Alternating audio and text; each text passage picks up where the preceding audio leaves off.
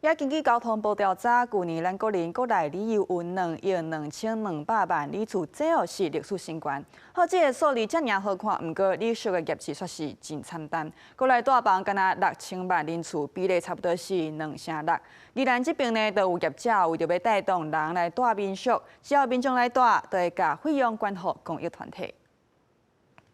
每一间房间拢有无共主题风格。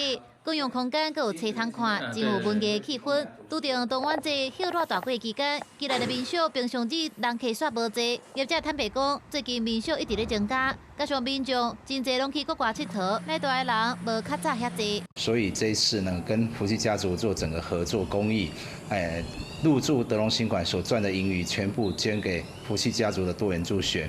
民宿业者为着增加人客，推出公益民宿，民众只要来住，相关的费用拢会捐予福气家族公益团体多元做客方案，并且体谅社工工作辛苦，也推出细少伫宜兰的社工免费住的方案。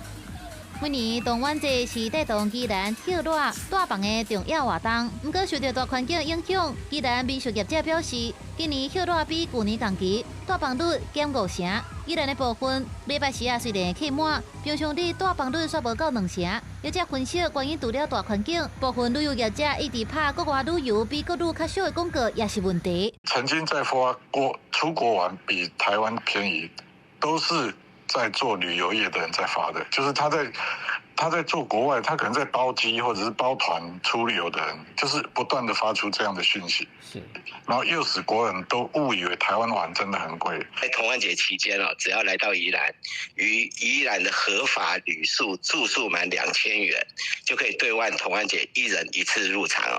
根据交通部调查，去年个人国内旅游计共2.22亿个旅次，创历史新高。不过，旅宿业绩算是真吃力，国内住房敢若0.6亿个人次，住房率大约2成6，国旅算一天无过暝比例大增加。